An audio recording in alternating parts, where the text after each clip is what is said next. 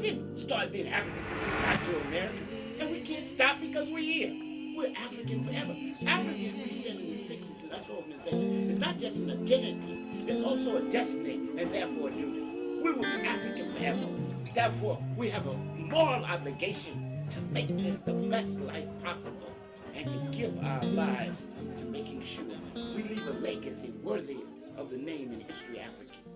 Number one, first you have to realize that up until 1959, Africa was dominated by the colonial powers, and by the colonial powers of Europe having complete control over Africa, they projected the image of Africa negatively. They projected Africa always in a negative light. Jungles, savages, cannibals, nothing civilized. And naturally, it was so negative until it was negative to you and me. And you and I began to hate it. We didn't want anybody to tell us anything about Africa, and much less call us an African. And in hating Africa and hating the African, we ended up even hating ourselves without even realizing it. Because you can't hate the roots of a tree and not hate the tree. No matter your nationality, you have the identity of an African. I'm only mimicking poorly Peter Tosh, the late President Peter Tosh. Basically, there's a long ancestry. It's a long history. You see, think of the fact that if you have African blood in you and you're in the West, for example, you somehow inevitably always get discriminated against, one way or the other. So you might think you're not African, etc. You were born in the Caribbean, West Indies, in England, in Europe, America, etc. But you still have that sense of connection. Africans are people of African descent, historically, and who have ultimately African cultural roots. What really made me start this mission was I did a speaking engagement in the United States during Black History Month. And there was a little boy there. I was dressed like this. His name was Jonathan. And I said, he said, "Oh, you look pretty." I said, "Oh, thank you very much." And I said, "Well, I live in Africa. I live in Ghana." I said, "And you're an African." He said, "Oh, no. I'm not African." You see, in Africa, you have wars, you have famines. They don't take care of their people. So I am definitely not an African. That in itself really showed me the importance of exposing our young people to their roots. They say literally, I'm not an African. Come on, look at your color. You are an African whether you like it or not. And that's, from Malcolm X, that's the phrase I like for those who don't think they're an African. You just happen to be.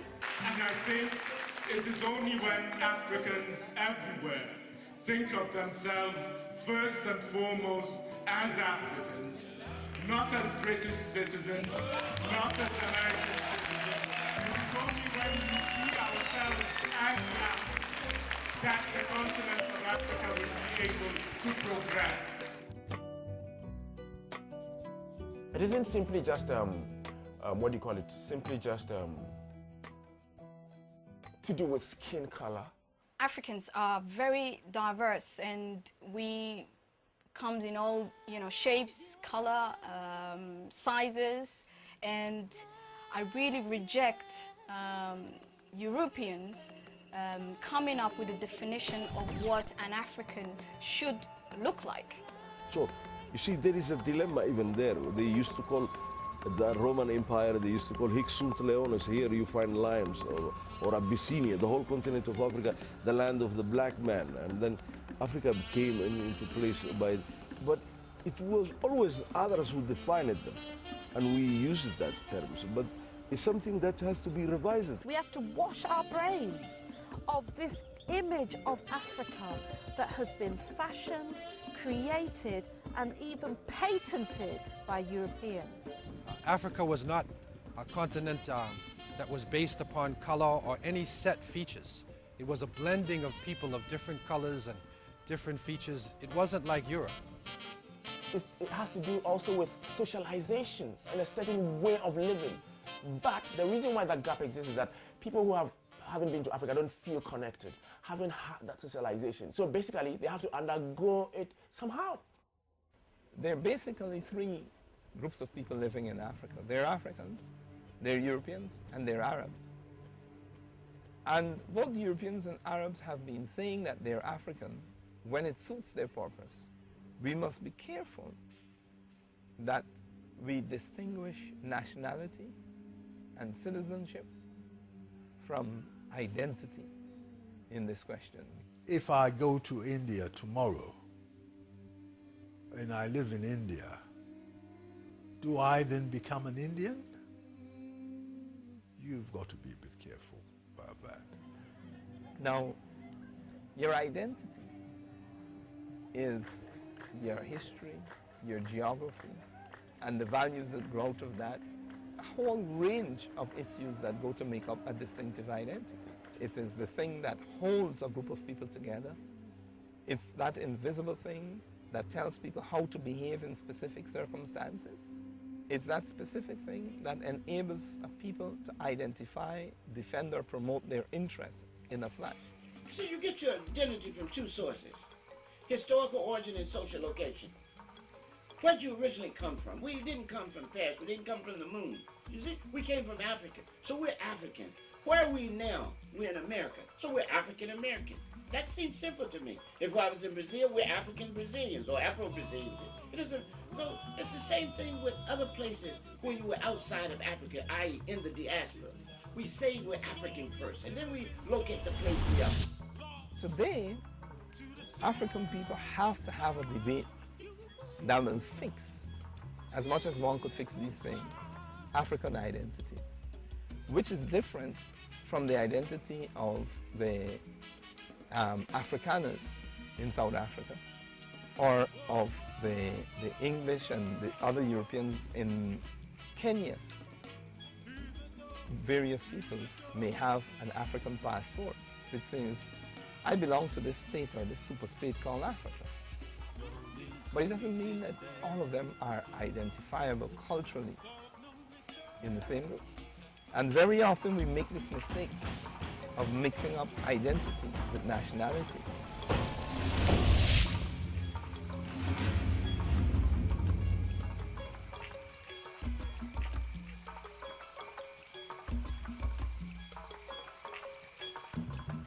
If we're honest, we have to recognize that being African today is actually quite futuristic.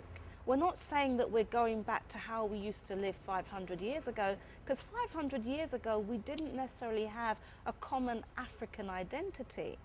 But part of repairing ourselves would be to repair some of the weaknesses that we had in some of our ancient systems, some of the quirks even in our identities. And we have to reformulate that.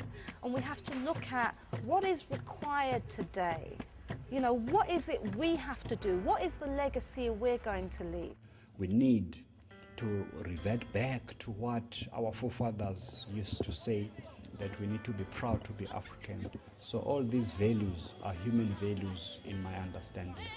So we therefore need to ensure that we preserve that African heritage. And the only way to preserve that African heritage, we need to transmit from generation to the next so that these things are not forgotten.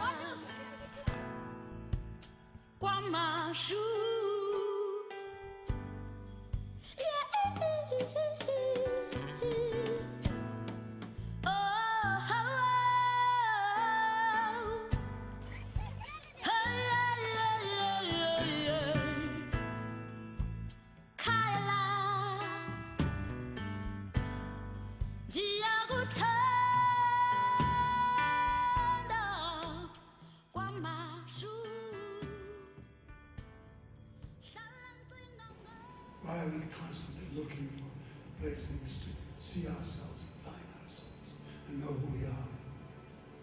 When I was born, I was first identified as colored. And not too long after that, because of Dr. W.B. Du Bois and others who enriched our experience with his wisdom and his power, they were called Negro. And then not too long after that, in another case of rebellion, I was soon black. The last of the titles became African American. And I said to myself, get me somewhere here.